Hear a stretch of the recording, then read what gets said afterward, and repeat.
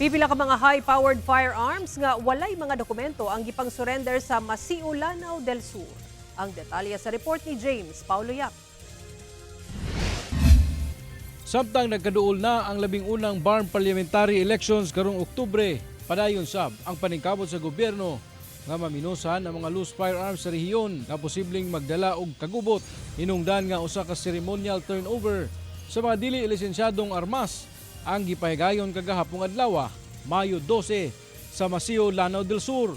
Gipangunahan kini sa kasundaluhan, kapulisan ug mga opisyales sa maong munisipyo. Ang pinaka-target natin sana within the year matapos na itong 88 na rido sa Lanao del Sur.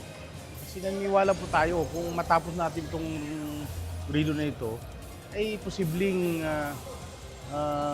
gumana na yung in full yung development sa probinsya ng Lanao. Lakip sa mga gipang-surrender ang mga klase-klaseng kalibre sa pistola, M16 rifle nga adunay M203 launcher ug sniper rifles. Gikalipay sab sa mayor sa munisipyo ang positibo ug voluntaryo nga pag-surrender sa mga tag-iya sa mga loose firearms ug gilauman ini nga aduna pay pipila nga mosunod sa pagtahan sa ilang mga armas. SALW is very effective as to the Kuan program.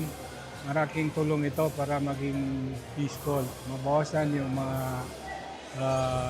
rido sa atin, so-called rido sa atin sa Lanao. Pag walang barel, sa lapis will be achieved. Ako si James Paulo Yap, One Mindanao.